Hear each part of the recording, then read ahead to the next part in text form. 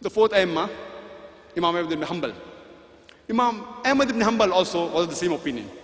He was so strict that Imam Abu Hanifa, he said, don't write my opinion unless it is confirmed, unless there is an ijma.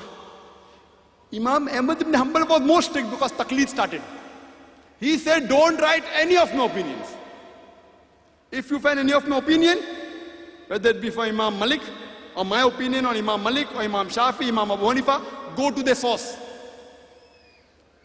And if you find any of my opinion which goes against the opinion of Allah and His Rasul, you reject my opinion. That's the reason I say I am 100% humbly. If humbly means a person who follows the teachings of Imam Ahmad ibn Hanbal, I am 100% humbly. Other people are 70%, 80%. So in teachings, if you say following the teachings of Abu Hanifa, Imam Abu Hanifa, may Allah's mercy be on him, makes you a Hanafi, I am a Pakka Hanafi, 100% Hanafi. If following the teachings of Imam Malik makes you a Malaki, I am 100% Malaki. If following the teachings of Imam Shafi makes you a Shafi, I am 100% Shafi. If following the teachings of Imam Ahmad ibn Hanbal makes you a Hanbali, I am 100% Sawfisad Hanbali. Because all these four great Aimmas said, if you find any of my fatwa which goes against Allah and His Rasul, you throw my fatwa on the wall. See, all the madhabs of all these four great Aimmas was what? What is the meaning of madhab? Madhab means way of going or time of going. Another word for madhab is sunnah. Even sunnah means way. Sunnah of the Prophet means way of the Prophet. So all the madhabs of all these four Aimmas was the madhab of the Rasul. All the Aimmas said, if you find a Sahih Hadith, you reject my opinion. That means all the four Aimmas, their madhab was the madhab of the Rasul. Simple. The way of the Rasul.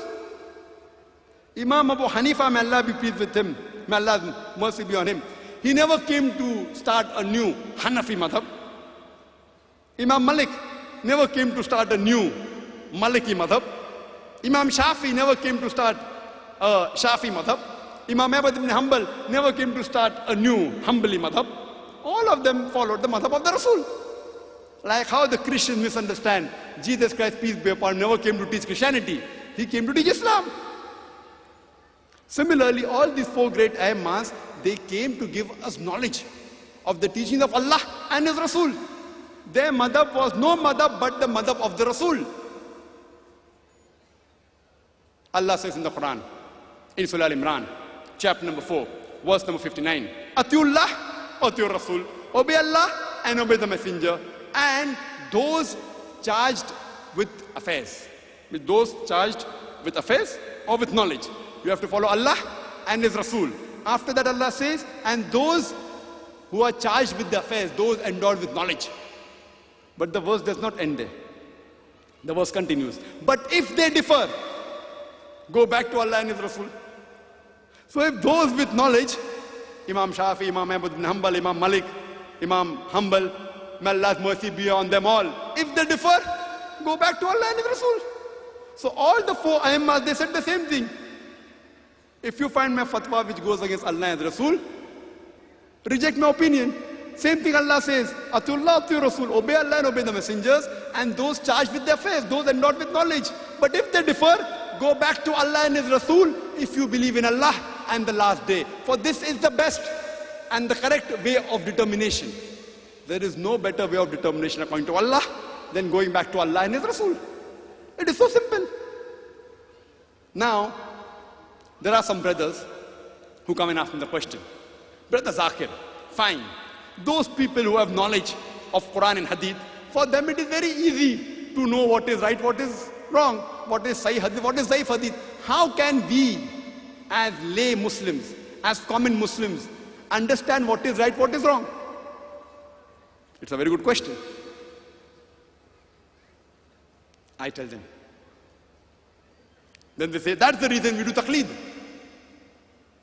I tell them, see, what is the meaning of taqleed? Taqleed means, see, following the opinion of any scholar does not make you in the format of taqleed, doesn't make you muqallid.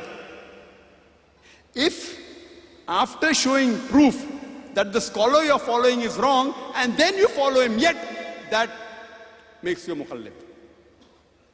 For example, if your mother has a heart problem, fine, has a heart problem, and some doctor, what will you do? Who will you go to? You won't go to Tom, Dick and Harry, you'll go to a heart specialist. You do research. MBBS, no. MD, MD. MD in what? In brain? No. Heart, yes. So before going to a doctor, you do research. You check up what is his degree. MBBS, no. MD, yes. MD in what? Gynecology, no. Kidney, no. Brain, no. Cardiologist, yes. DM, super specialty. MD of medicine, then you do super specialty, DM. You do your research and then you go to him. You don't blindly follow any Tom, Dick and Harry. If anyone on the street says, your mother has a heart attack, okay, do this. Will you follow him? Will you follow him? No. You will do research. Similarly, the third category, Atiullah, Atiur Rasul, obey Allah and obey the messenger. The third category, those endowed with knowledge or those charged with their affairs, you do research. Any scholar says anything, check up whether it's right or wrong.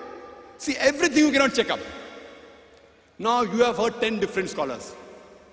You understand how scholar number A, he has given about 30-40 references. I have checked up 20. 20 Quran, Sahih Hadith. So 21st you need not check. You check scholar number 2. Scholar number 2, mixture. Part correct, Sahih Hadith, part Zaif Hadith. Third scholar, majority. Pulling fast ones. Sahih Hadith, it's not there. Bukhari, you open Bukhari, more than 7,000 Hadith, you don't find it only. So you have many scholars, you do little research. Now once you make up mind, scholar number 1, when he talks, he gives references. When I checked up the references, Quran, Sahih Hadith. Then what happens? Then when you ask an opinion and 3 scholars give you the opinion, you automatically follow the first scholar. Because I've checked up 20 things of his, it has turned out to be right, even the 21st inshallah will be right. So every layman cannot do research on everything everyone says. So first, but you have to limited research.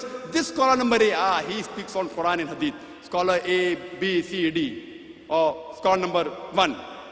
Scholar number 2 or scholar number B, partly right, partly wrong. Scholar number C or scholar number 3, majority wrong. So you do little research and classify which type of a scholar is he.